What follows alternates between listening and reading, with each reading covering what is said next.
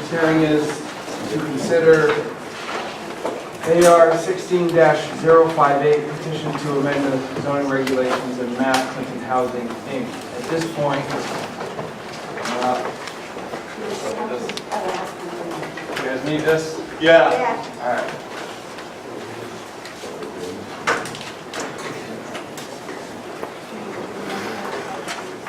At this point, I will disclose that my father was a member of the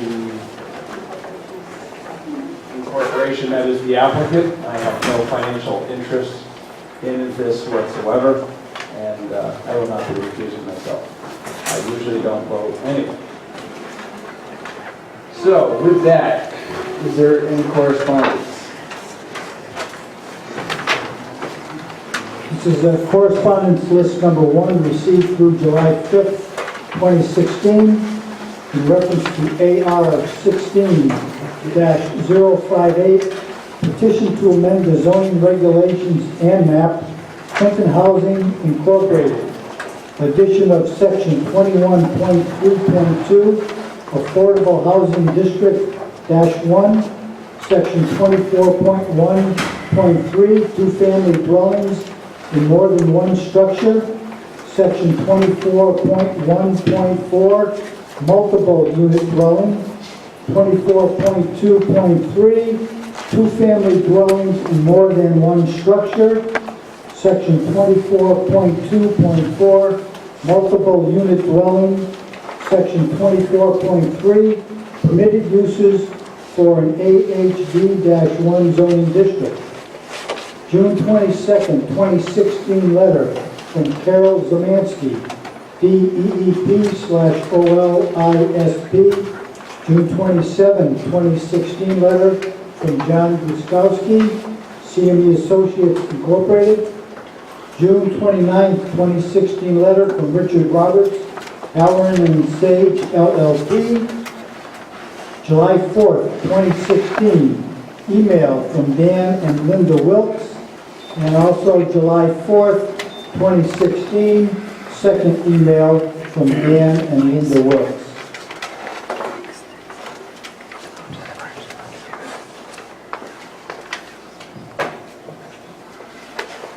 Okay, is there a agent or applicant? Yes, thank you, Mr. Chairman. My name is David Hoops. I'm a lawyer with the law firm of Hoops, Morgenthaler, Washington, Scaramuza. Our office is 185 Asylum Street, Hartford, Connecticut. I represent Clinton Housing Inc. I want to note that Clinton Housing Inc. is not affiliated in any way with the town of Clinton. It's a private, not-for-profit corporation. We have two related matters on the agenda tonight, and Mr. Chairman, would you prefer that they be consolidated to avoid duplication? It's the amendment to the regulations and land. And the land use. That's it. Okay. So it'll be one hearing.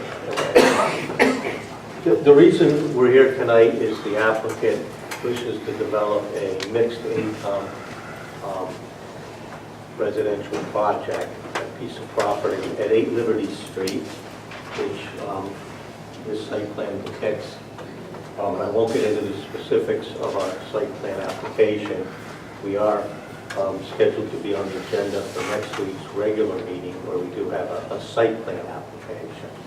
The reason we're here tonight is we have filed, as Julie just mentioned, an application to amend the zoning regulations and an application to create a new kind of floating zone, and also an application to land that floating zone at 8 Liberty Place.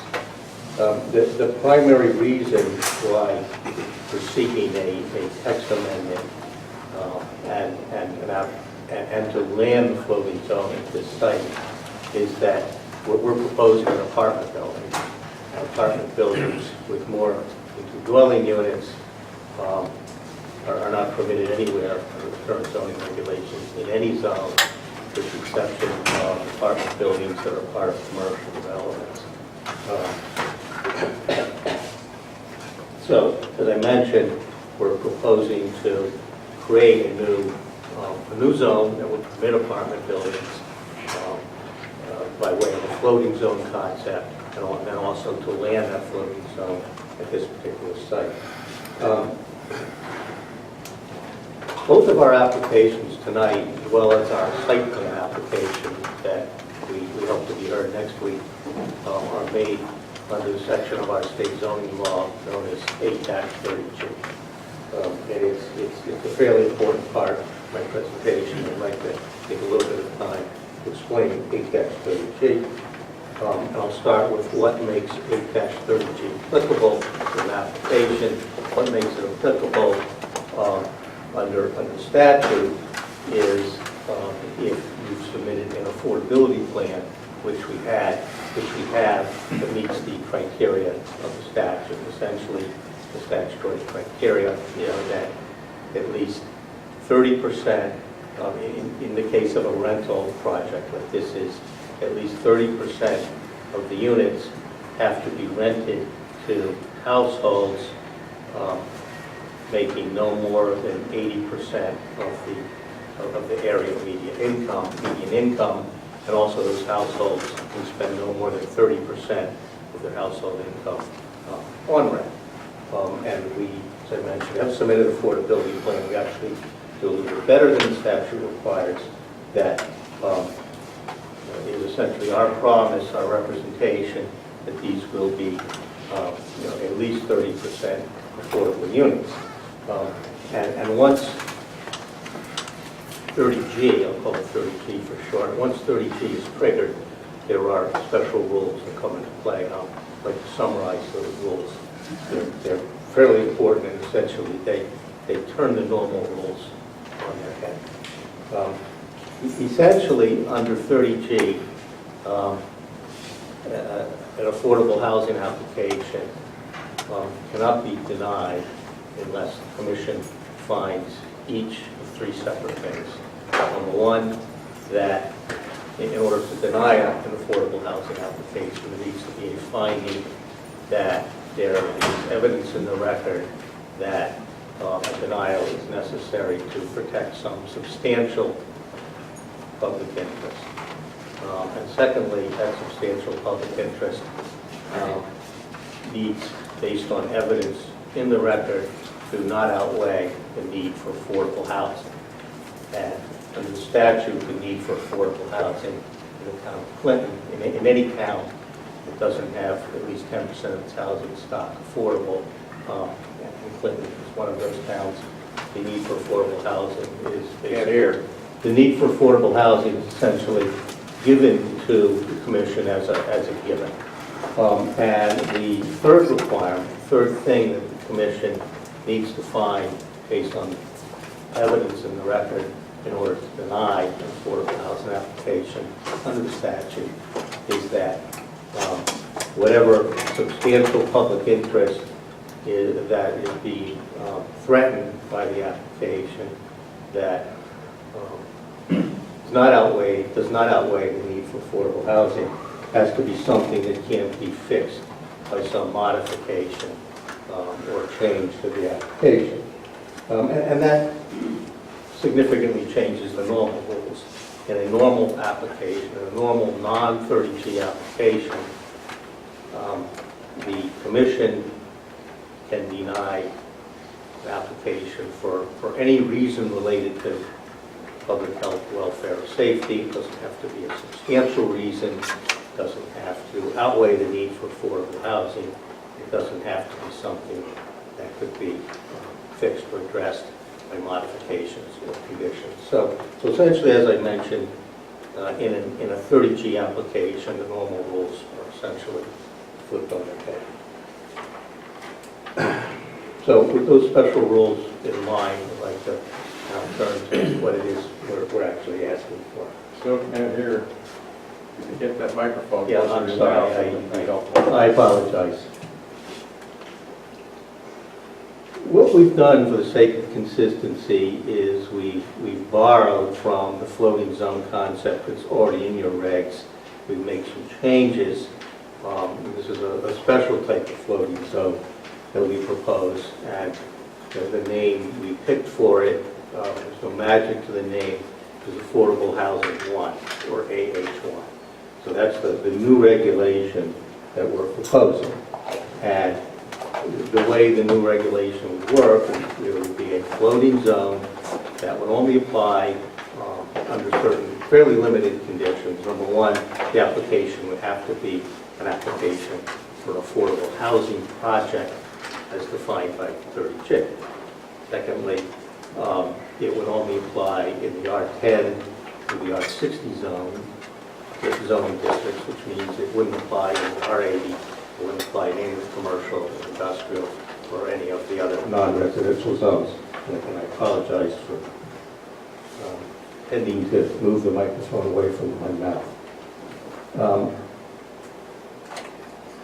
The zone could not be used to develop more than 5 acres. And that doesn't mean a parcel of more than 5 acres. It means to develop part of the parcel could not be more than 5 acres under our proposed zone. And under our proposed zone, all of the regulations and rules in the underlying zone, by the way, in this case, the underlying zone would be the R60 zone, would apply with few exceptions. And what I'd like to do is just list quickly the exceptions, there's 3 of them, and then explain why under 8-30G we think that those changes to the existing rules of the underlying zone are warranted. The first thing that would be changed in affordable housing, number 1 zone, is that apartment buildings of more than 2 units would be allowed. The second thing is we would relax the parking regulations. Under our proposal, you would need 1 parking spot for each unit, which is a little less than what your current regulations provide for in the underlying R60 zone. And the other thing that we would be seeking to change in the zone is that there would be a minimum, rather maximum lot coverage of 25%, which is somewhat higher than would apply in the various different residential zones. So what I'd like to do is go through each of those 3 changes and explain why, in the context of 8-30G, we think that they pass muster under 8-30G. The first one is eliminating essentially the prohibition against apartment buildings, other than duplexes. So the analysis under 8-30G is there a substantial public interest in prohibiting apartment buildings in all residential zones? And I think it's a pretty easy analysis. In fact, it's fairly rare, at least in my experience, in Connecticut, for a town to prohibit apartment buildings in all residential zones. I think that tends to indicate pretty strongly that there's not some substantial public interest against apartment buildings. I point out that apartment buildings would tend to be one of the primary means of providing a stock of affordable housing, which would further tend to support the idea that there's not a substantial public interest in prohibiting apartment buildings that would warrant applying that prohibition to an affordable housing application like this. The second one is parking, and I'll use our specific proposal, not to be site-specific, but just as an example. Under our proposal, which is for 21 units, and this would be a hypothetical proposal, 21 units, 9 are 1 bedroom, 12 would be 2 bedroom. You would actually, under the existing zoning regulations that would apply, you would need 45 parking spaces. 45 parking spaces for 21 units, I would argue, is a little bit excessive, and I would argue that there's certainly no substantial public interest that outweighs the need for affordable housing in requiring that much parking. In fact, in affordable housing development, especially one where about half the units are one bedroom, where you're just not going to need, you're not going to need 45 parking spaces for 21 units. And again, that's not to be site-specific, it's essentially hypothetical to try to explain why the existing regulation, while it may be beneficial, there may be good reasons for it in general, but if the reasons are not good enough to overcome the special burdens of 30G. And the last thing that we're seeking to change in our proposed regulation is the lot coverage requirement. And by way of example, in the R60 zone, where this site is, the lot coverage requirement is 10%. In other words, you have to have 90% open space on a parcel. And there's certainly arguments for why that's a reasonable regulation in a normal context, but when you apply the 30G rules to that, I mean, it pretty quickly becomes apparent that there's not such a great substantial public interest in requiring that much open space that outweighs the need for affordable housing as to pass muster under 30G, especially when you take into account that requiring 90% open space on every parcel is going to tend to make affordable housing project uneconomic and impractical. So, but other than that, everything, all of the other rules in the R60 zone, including building height, etc., would stay in place. So that addresses our proposed amendments to zoning regulations. What I'd like to do now is turn to our related application to land the proposed new AH1 floating zone, which hasn't been adopted yet, but assuming that it is, we're seeking to land it at this parcel 8 Liberty Street. And again, the same 8-30G rules would apply to your determination as to whether this particular piece of property is an appropriate place to land an AH1 floating zone. And I think that's a pretty easy case to make, especially with the special boost you get from 8-30G. Matter of fact, there's probably some better sites in the town of Clinton for a project, an affordable housing project, and it's conceivable that some of them might even be for sale, but I think it'd be a pretty short list if this is an extraordinarily appropriate site for an affordable housing project.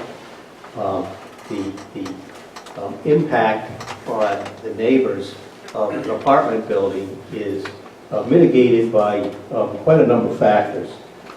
First place, one of the interesting things about this site is it doesn't have any immediate abutters other than roads or streets or an interstate highway. It's bounded on the south by Interstate 91, on the north and the east by Liberty Street, and in the west, a cul-de-sac road goes to Liberty Place. And so that really the only neighbors that are affected are the neighbors on the other side of Liberty Place and the ones on the other side of Liberty Street. And to other neighbors, it's worth pointing out that to the west is a 50-unit grandfathered apartment building. So our use of an affordable housing apartment building would be very compatible with another apartment building. You do have some houses across Liberty Street. Many of them are duplexes. So it fits actually pretty nicely in the neighborhood.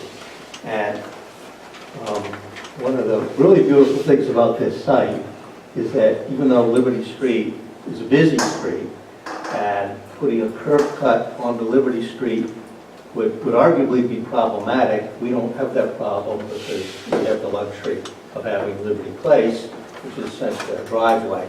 Liberty Place really only serves one of the two apartment buildings, that are to the west, and there's one or two houses also to the west. I'm not really even sure if they're in common ownership or not, but it appears to be a dog kennel business that's run out of what appears to be somebody's home.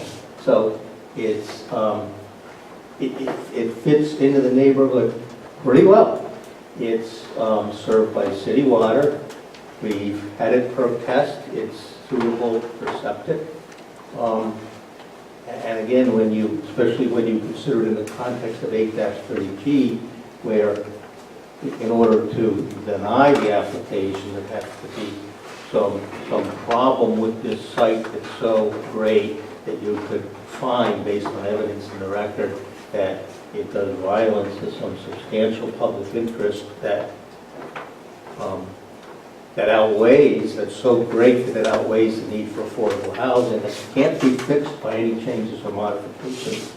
Again, I think it's a pretty easy case. So that's our formal presentation. I have here with me Arthur Isaacson with the Clinton Housing Inc., also project architect and project site designer. And any of us would be happy to answer any questions. I'm sorry, it's kind of late. I'm stumbling on my words. Any of us would be happy to answer any questions. Thank you. Thank you very much.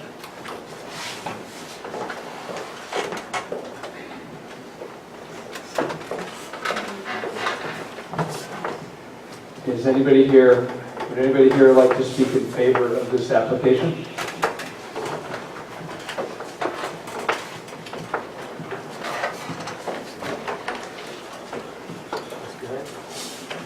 My name is Mark Richards, 21 Indian Drive in Clinton. I'm a part owner of this piece of property. And I also want to let you know I am also on the board of directors of Hope Enterprises. We bought this initially to bring it to Hope to build affordable housing. Affordable housing isn't for poor people, it's for working people. It's for the 60% to 80% of the average income for the area, which is about $60,000 for a family of 2, or 3 or 4, whatever it may be, to afford to live in a community that they were brought up in. Unfortunately, many homes in this town are not affordable for those people that are working, that don't make a high enough income. So, we have bought this piece. I'm on the board of Hope to bring it to Hope. The town of Clinton came to us and said, we have 66 people on the waiting list for senior housing. 66 people. We need senior housing. Would you consider it? We said, certainly. Arthur, I think, got involved at that time and started developing a plan for senior housing. Initially, it was for 32 units, one-bedroom units. Unfortunately, the state has changed the format. To fund this type of project, they want a mix of 1- and 2-bedroom for affordable characteristic, no longer 1-bedroom senior housing. I think Arthur can correct me, of course. But that's kind of the background here. And I think people get the misconception that affordable is low income. It's really, again, workplace housing for people that, starting off, younger people, possibly older people, to afford them a decent home to live in. And we being Hope, that had several seminars. We had one here about 4 or 5 months ago, very poorly attended. We've asked, we had pretty good public relations getting the word out there, but again, poorly attended. We've been at the library at least 2 times and maybe 3 times. And again, poorly attended to get the word out that we're really trying to achieve. So, thank you for your time. Take care. Anybody else who would like to speak in favor of this application? Anybody else who would like to speak in favor of this application? Is there anybody who would like to speak against this application?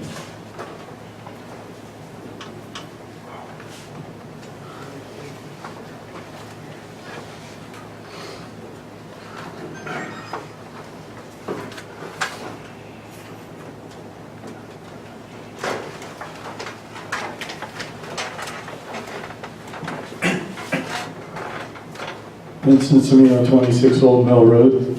I think that this commission needs a lot more information from the applicant. First of all, if we go back to the history of the property and how this corporation came about and how they came about acquiring this land, I think that what you'll find is that the town of Clinton was looking for a place for senior housing for the town of Clinton. And it identified a few parcels. And one of the parcels, which ultimately at one point became the only parcel that was, my understanding, left for senior housing, was this parcel. And a presentation was made by, I believe, Mr. Isaacson, and this is just my understanding, I'd like to be corrected if it's not correct, but as the chairman or representative from the Senior Housing Commission. So then, once this was identified as being a prime location for senior housing, one of the selectmen who also has a financial interest in this parcel, in this property, together with Mr. Richards, the chairman of the Zoning Board of Appeals, went and approached the owner of the property without disclosing that this property had been identified for multiple units of senior housing, is my understanding. So they went and bought the property from them for $135,000, I believe, and now are attempting to sell it for $580,000. I may be off on that, give or take a few thousand. I'd like to be corrected if that's not correct. So what we have here is significant study done. Where can we put senior housing in town? Then a couple of elected officials with some influence go to the property owner and make them an offer with the intention, apparently, of making 4 or 5 times their money. And I think this requires a lot of scrutiny. I think that if this were happening in any other town, it would be getting a lot more publicity, and I think it would be studied a lot more closely. Because if in fact there's some corruption going on, it's inappropriate, needs to be identified, needs to be eliminated, and then let's get to the fact of the floating zone as a concept. You wanted it as a tool in your toolbox, but it just so happens that your first 2 applications to utilize this tool in your toolbox happen to involve a sitting selectman, and in this case also the chairman of the Zoning Board of Appeals. So Mr. Cronin, if you remember last time when you were considering a floating zone concept, said, gee, and tonight he referred to it in an offhanded way as well. Gee, you know, the judge in the Madison case, he got it wrong. We're all scratching our heads. He says that you need a bigger parcel of land. Your own counsel put in a letter that you have all seen that a floating zone should be a minimum of 10 acres of land, if not 20 or 30. This benefits how many owners of how many parcels of land? I see 1, okay?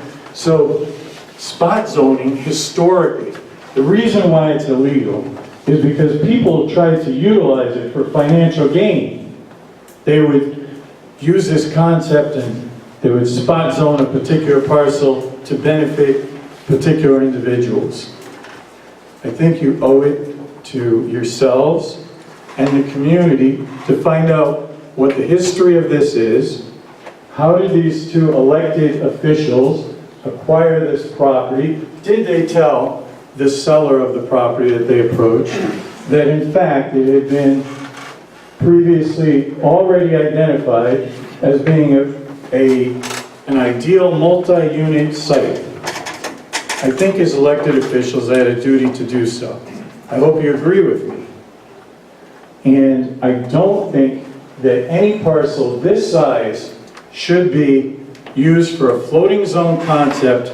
It should be a minimum of 10 acres. Why does the applicant attempt in this application to limit the amount of land that can be used for multi-units? And then try to decrease the amount of open space. Isn't that kind of ironic? We want to decrease the amount of open space necessary, and also decrease the size of a piece of property that can be used for this. Doesn't that sound pretty self-serving? So none of this, I believe, has been studied enough. It hasn't gotten enough publicity. It is a completely self-serving application that would benefit two elected officials and should not simply be approved based on the representation by their attorney that, well, there's not enough low-income or affordable housing in town. There are other sites, and this has never been made available to any other property owners previously because there wasn't a floating zone concept. So, thank you.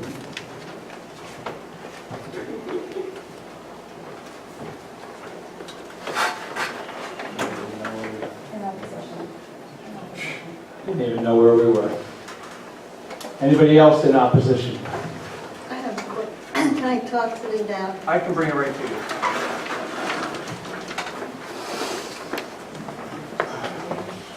Harriet Stein, I explained it before.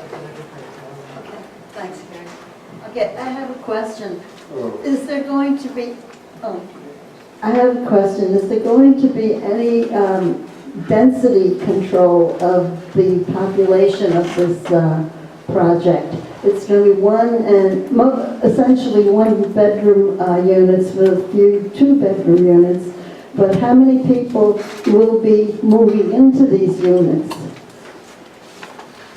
I think it's a good question. So would somebody be prohibited, say, from having 3 or 4 people living in a one-bedroom? That could be for Eric or the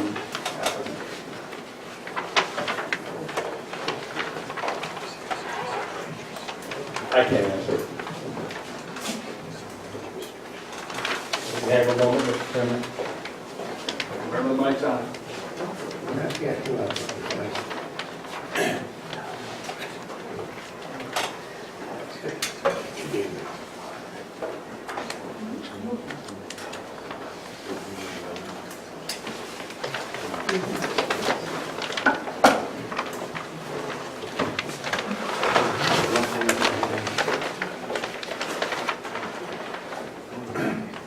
I'm not sure if the question was whether there's a zoning regulation that limits density. If that's the case, I believe, and Eric would be the expert, but I believe the answer is no. The second question is, would there be some restriction as part of our tenanting process? In other words, and by the way, 9 of the 21 units that we would be proposing would be one bedroom, but 12 would be 2 bedrooms. The question is, if a family with 3 kids and a husband and wife wanted to rent one of the 2 bedrooms, would there be a rule that said, no, you have too many people in your family? I don't know the answer to that question definitively, but I think the answer would be that there would not be that kind of restriction. If you have a big family, that may violate fair housing laws. It may well be that if you have a really big family, you're not going to want to rent a 2-bedroom, it's just not going to be big enough. So I guess the real answer is not 100% sure. But I don't think there's any strict limits on the number of people in a household. Did that answer your question, Mr. Chairman? Well, yeah, it does answer it, but it sounds as if you're laying the groundwork for zoning.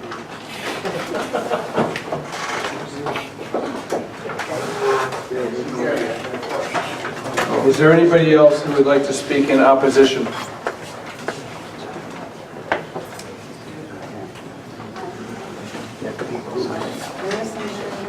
Sign him up.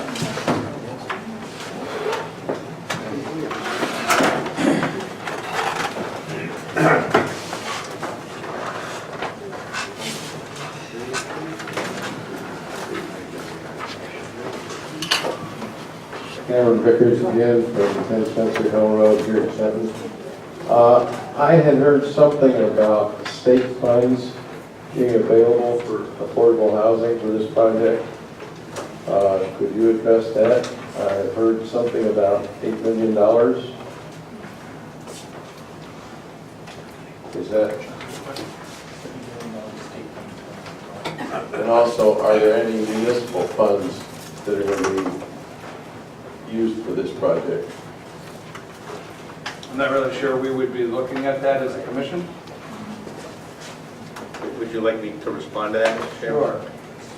I think it's probably relevant. Yeah, I wanted to say that those kind of considerations, not that I'm not happy to try to answer the question as best I can, but those are not the kind of considerations that are relevant to zoning. I understand that they may be certainly relevant to you. Yes, there would be, there's a number of funding sources at the state level. I'm not aware of any funding at the town level being applied for, or that there's any town money available. But yes, it would be a combination of subsidized mortgages, such as from CHFA, perhaps some grants from the Department of Housing. That's the way these kind of projects are financed. Rich Flats, 44 Town Road. Quick question, how many stories is this supposed to be? Oh, high. How many stories? Again, having answered your question, that's really an issue for the site plan application. Suffice it to say, we're not asking any changes in the existing rules. Existing rules would allow up to 3 stories, and we are proposing 3 stories, but the second story is essentially dormers.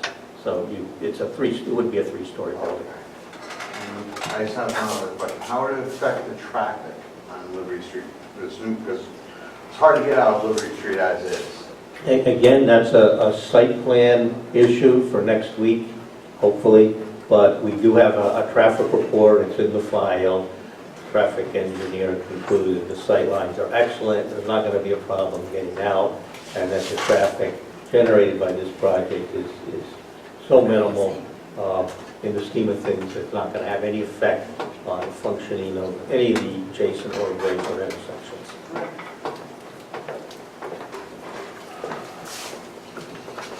David, I just thought it would be helpful, Mrs. Stein, that there's going to be septic limitations to the property. So, talking about density, the septic, however many gallons it can accept, is really also going to put a limit on how many people can actually live in the units. Okay. That's correct. Anybody else want to speak against? Yeah, I'm Fritz from 14 Old Road. I'm not really, I'm not against affordable housing. I think the site location is not appropriate for this particular housing. I think that the density of that population area and the density of the, putting all of these units on that small of a parcel, I just think it's not a very good, a good location to do that at. When you talk about traffic issues, I think there are traffic issues. I am familiar with Liberty Place incidentally because I, years back, did board dogs at Tamarack Kennels, so I know the area quite well. There is, that's a very, very narrow, small little road. And I don't know how many people are going to try to, cars are going to be going in and out of that particular situation. There are no sidewalks. There are no places for people to walk on either side, sidewalk in terms of transit. There's definitely transit issues. It's very sad, in my opinion. Senior housing is something that is really needed in this town, and why we're going after low-income housing, or affordable, whatever you wish to call it.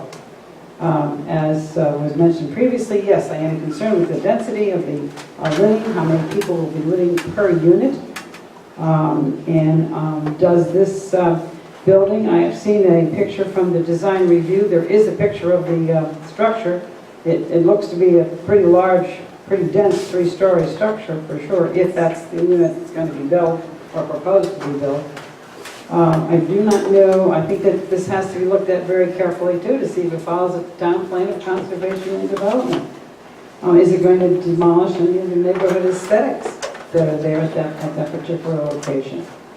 I think a lot more needs to be done, and it seems to me there must be some other parcels in the town that would be more appropriate than this particular one for that particular neighborhood. Thank you.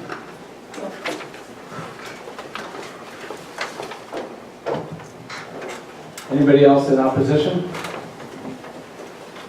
One more time, anybody else in opposition? Anybody with general comments?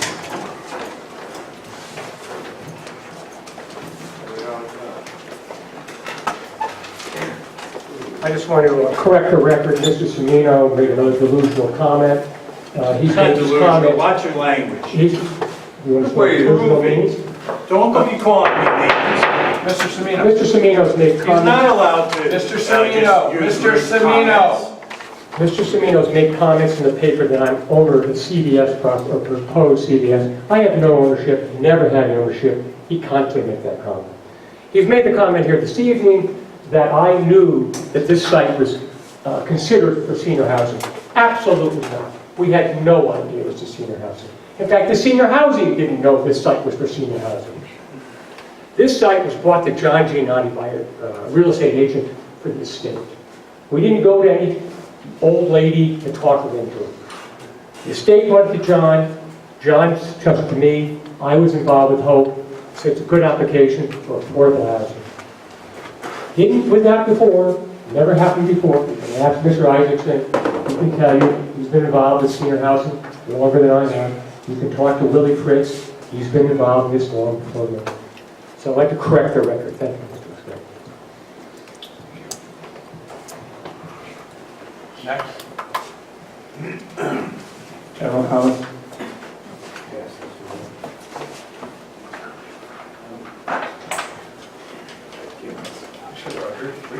Yeah, I guess so.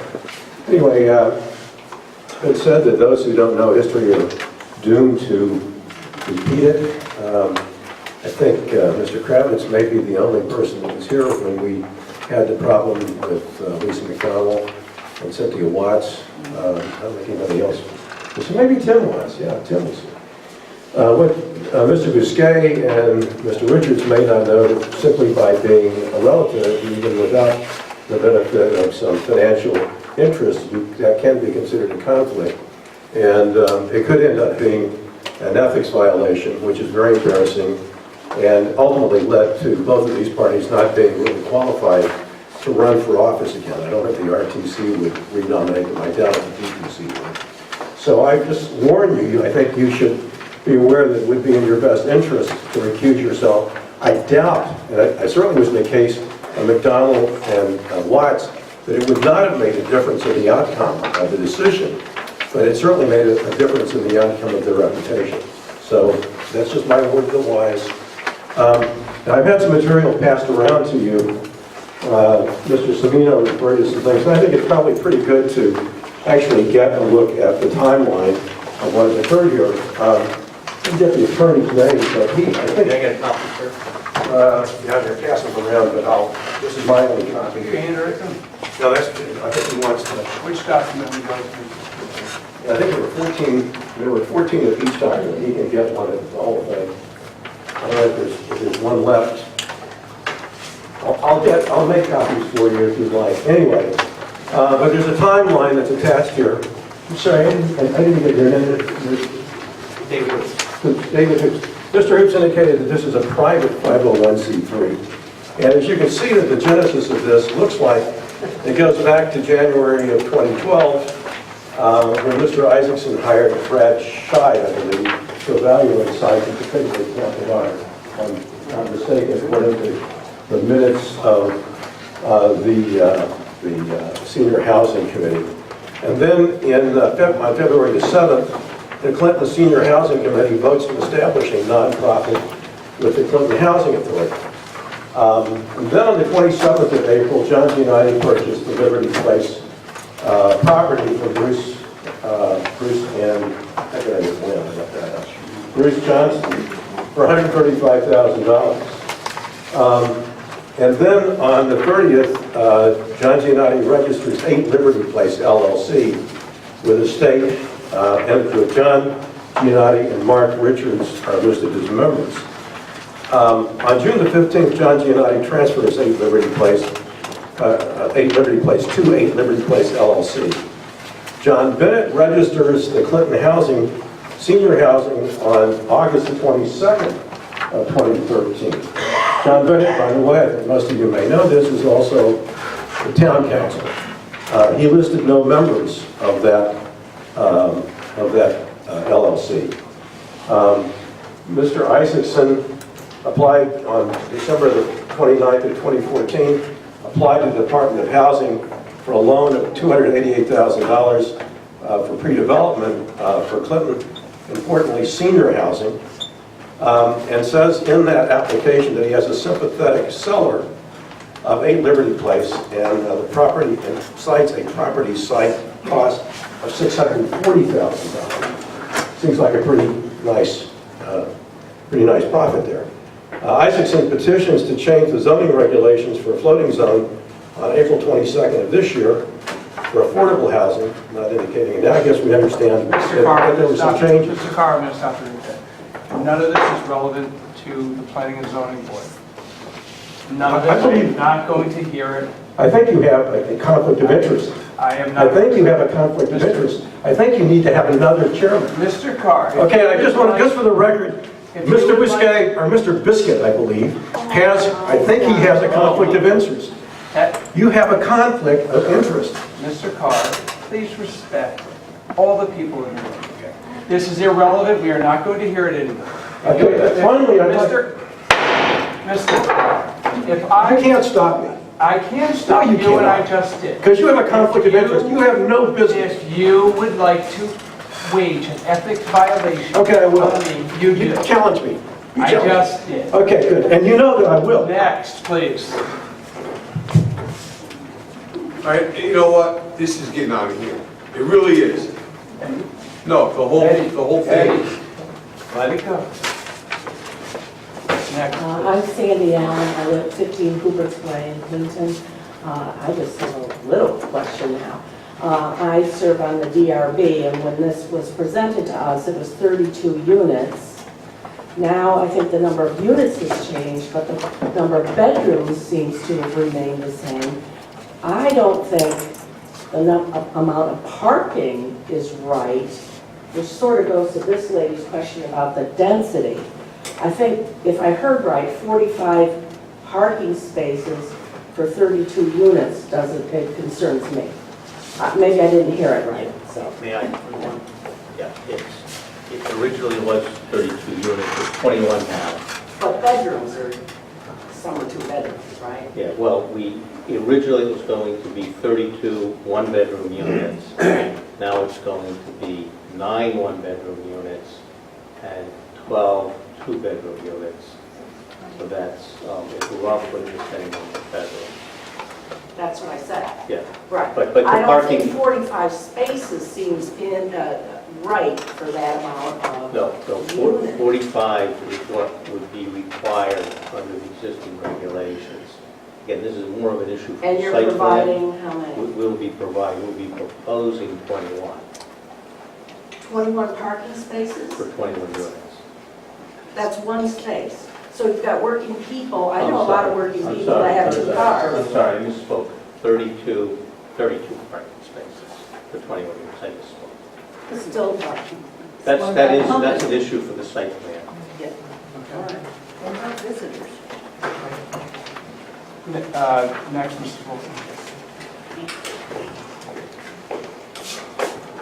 I'm Regina Robbins-Wolke. I'm a longtime resident of Clinton. And I have to say, the decorum of the board was exemplary tonight. However, I'm totally embarrassed by some of the behavior of other people. I'm not going to go any further than that, although I'm thinking it. It's my understanding that you can't have purely senior housing. It's affordable housing, which seniors can apply for.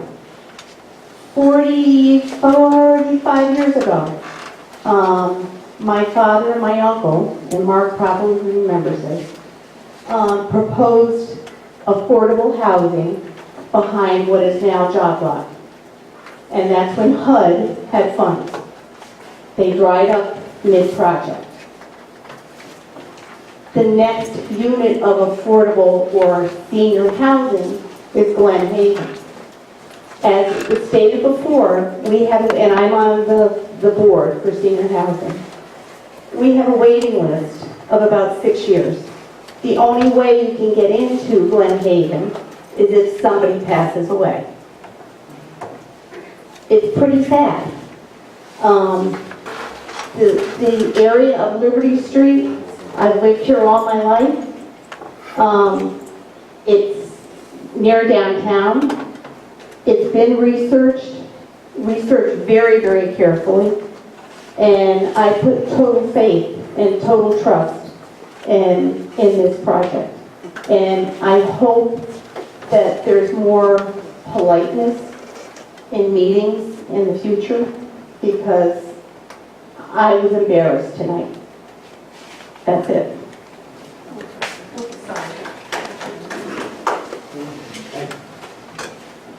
Hi, I'm Bruce Johnston, 7 Liberty Place. I want to thank you for your service, and I thank the Clinton Taxpayer Association for their watching out for the people of Clinton.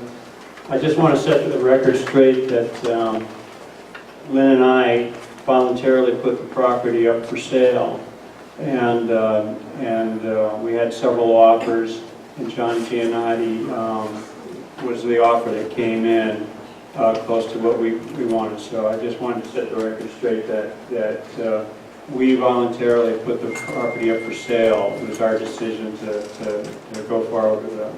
Thank you very much. Thank you. You're welcome. Anybody else with general comments?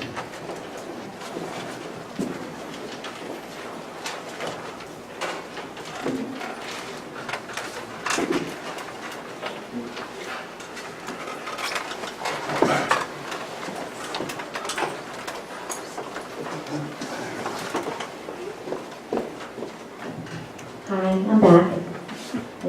I want to reiterate. Oh, Kimberly Sinicini, 64 Grove Way.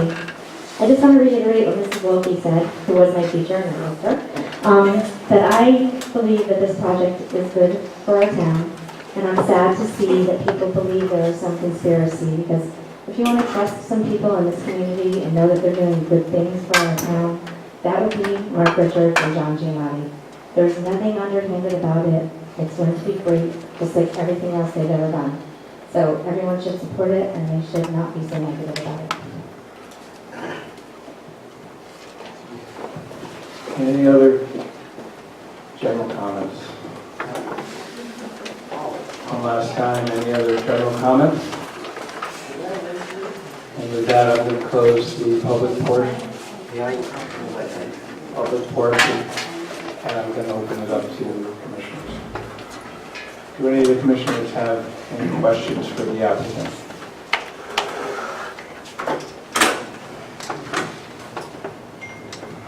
A couple of things. Yeah, could you explain the inconsistencies in the application? It seems like a lot of the things in the application, including the submission to the Design Review Board, differ from your current intent. Even the application itself, it says, for example, under the intent and purpose, this regulation is adopted for the following purposes. And then item 4 under that's item D, 4 says more specifically to provide the needs of that segment of low and moderate income households for which one-bedroom units are most desirable and appropriate, including elderly persons. And, well, you're not doing that anymore. Right. And all the plans are for one-bedroom units. I think you're looking at our original application, we amended it, and the reason is quite simple. As I mentioned, this is funded by department. The money comes from the state, one way or another, through a subsidized mortgage, through a grant, some combination, and the rules have been changed. Originally, it was intended as senior housing.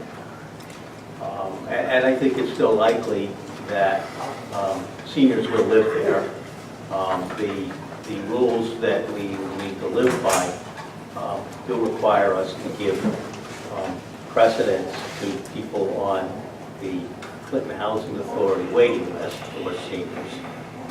So I think there will be a fairly high percentage. I can't give a percentage, but there will be almost certainly seniors in there, and possibly a substantial number of seniors. And originally it was senior housing. The problem is that the Department of Housing changed the rules so that you're not going to get funding for a senior housing project. So then we changed it to one bedroom, thinking that one bedroom would be most likely to, not exclusively, but most likely you'd have a high number of seniors. The state, again, has changed the rules so that they're not going to provide funding for a project for whatever reasons that the state has for a project that's all one bedroom. So then we had to shift it to a mix of 2 bedroom and 1 bedroom. And I believe that what you're reading from is an earlier version, and we did delete that 4th purpose in the most current version. And just for clarity for the record, at Julie's request, we submitted a red line version of our amended application, with the changes crossed out and indicated. And I believe that Julie confirmed that in the current operative version, it doesn't have that 4th statement of purpose. And it's all available on the website. I'm sorry, Julie? And it's all available on the website. So have you also changed in the proposed regulation where it says, page 2111, section 21.3.2A4, where it says dwelling units may contain no more than 1 bedroom each? Have you? That was changed. You submitted the and red line updated version. that? That was Okay. changed to 2 Right, bedrooms. that's the most recent one I have. And also on 4I, it says that this is restricted to lots in R60, 40, 30, 20, and 10. You've excluded the R15 district. Is there a reason for that? No, I probably didn't, there was an oversight. I didn't know there was an R15. That would be the only reason for that. It should include the R15. And then finally, under 21.3.2A1, I think there's a typo where you're calling it the ADH district. instead of Your the town ADH. attorney pointed that out Okay, also, yes. That's a typo too. Thank you.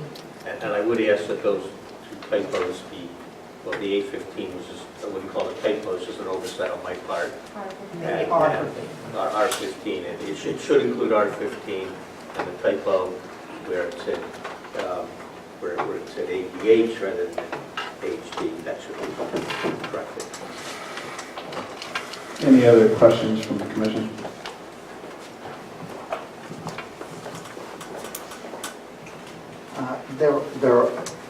There are a lot of things in the application which basically limit the location of this floating zone.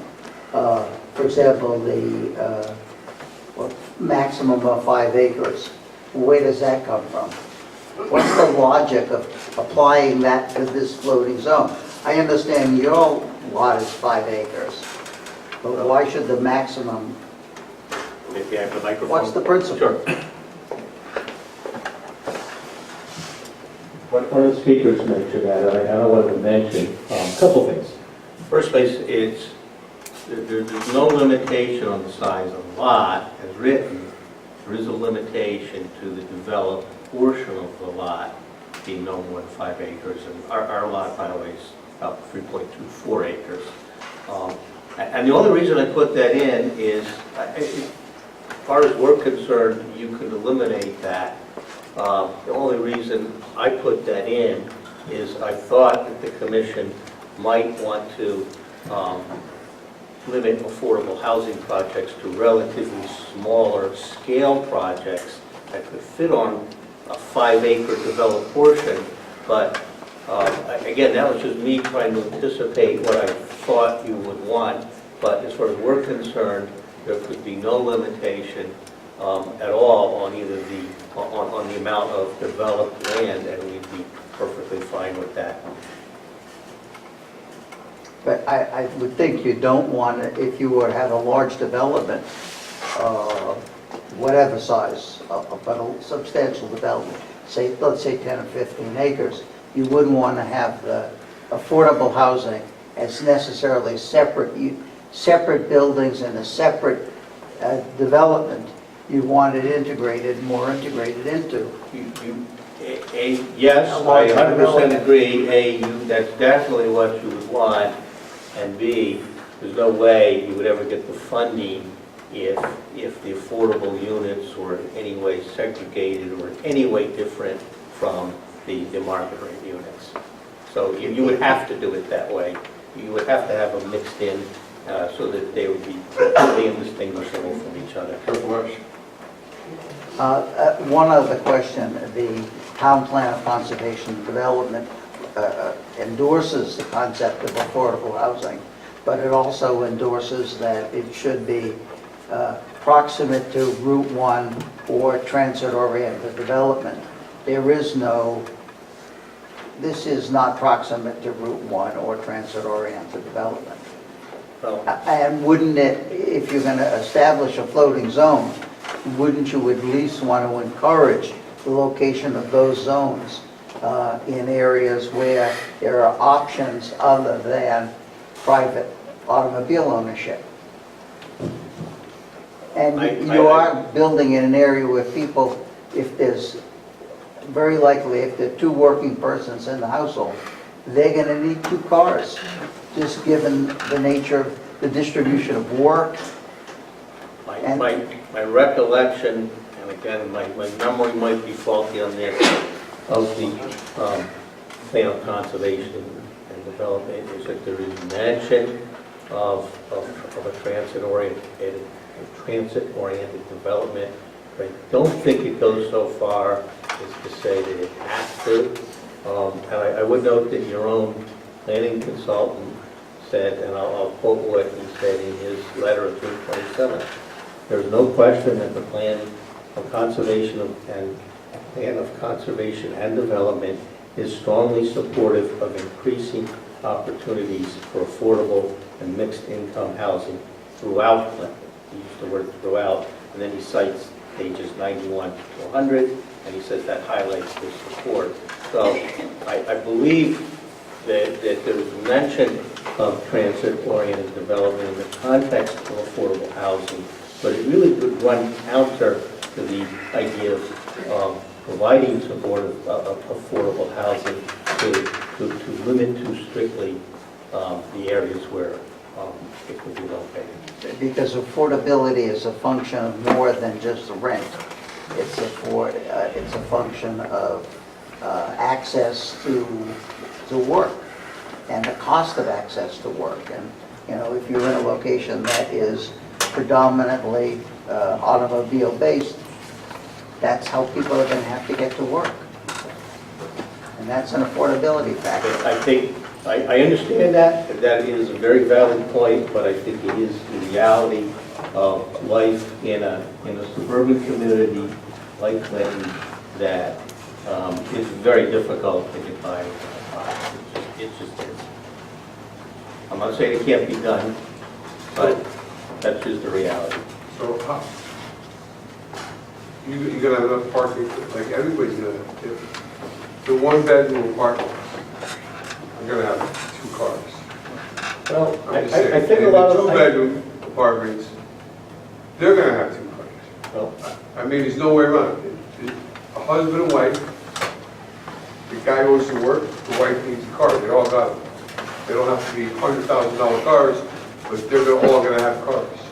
And the 1-bedroom apartments, everybody's gonna have a boyfriend, girlfriend, whatever, husband and wife, and they're gonna have 2 cars. There's no ambiguity about that, I'm telling you right now. So, I understand so your point. you need spaces for all those cars. I would say Whether I'm like it. that's an issue for site plan approval. Well, I'm just saying, Yeah, I know. I agree with everybody, they're all concerned about the cars. They need those cars. Pardon me, but it's not just an interest of the site plan, because we would be adopting a regulation that allows a single car. The regulations allow a lower parking standard. You have to have a place to park. Yeah, I understand your point. I think part of the premise, again, goes back to the fact that the funding sources will require us the precedence people on the Clinton Housing Authority waiting list with seniors. So again, while I can't, there are fair housing laws that prohibit discrimination. You can't discriminate against people who aren't seniors, but I think it's likely that a very good percentage of people who live there will be seniors. Many of them single seniors with 1 car. That's our assumption. Again, it's a site plan issue. I understand the point, and it's not a bad point. But the difficulty is that if you add more parking, now you're increasing the lot coverage. So Can I ask a question? Sure. Would there be assigned parking? that I'm not sure. I don't know the answer to that question. Maybe Arthur does. We haven't gotten to that point yet. Got it. Anybody else? Well, I have another question. If there's going to be family units, 2-bedroom units that are available for families, there's no provisions for outdoor recreation for children, for example. The only open space you have is the terrace to the rear of the entrance. That's, again, that's a legitimate site plan point. I would point out that right across the street, there's a 50-unit apartment building. I think we have a problem with the way these loading zones are written, because part of, all these things are elements of what makes the zone, what makes housing work, or what makes a commercial use work. And it's very difficult to approve a landing without knowing very precisely what's going to be done if it's not in the regulation, and it's not in there. Well, sir, the issue here is just whether this site is appropriate in general for affordable housing development, not this specific one. The point about play facilities, whether that's needed or not, I mean, it may be, it's a site plan issue. I will point out, I believe that the apartment complex across the street, which I believe is about 50 units, I didn't see any playgrounds there. I don't know how typical that is. That predates zoning.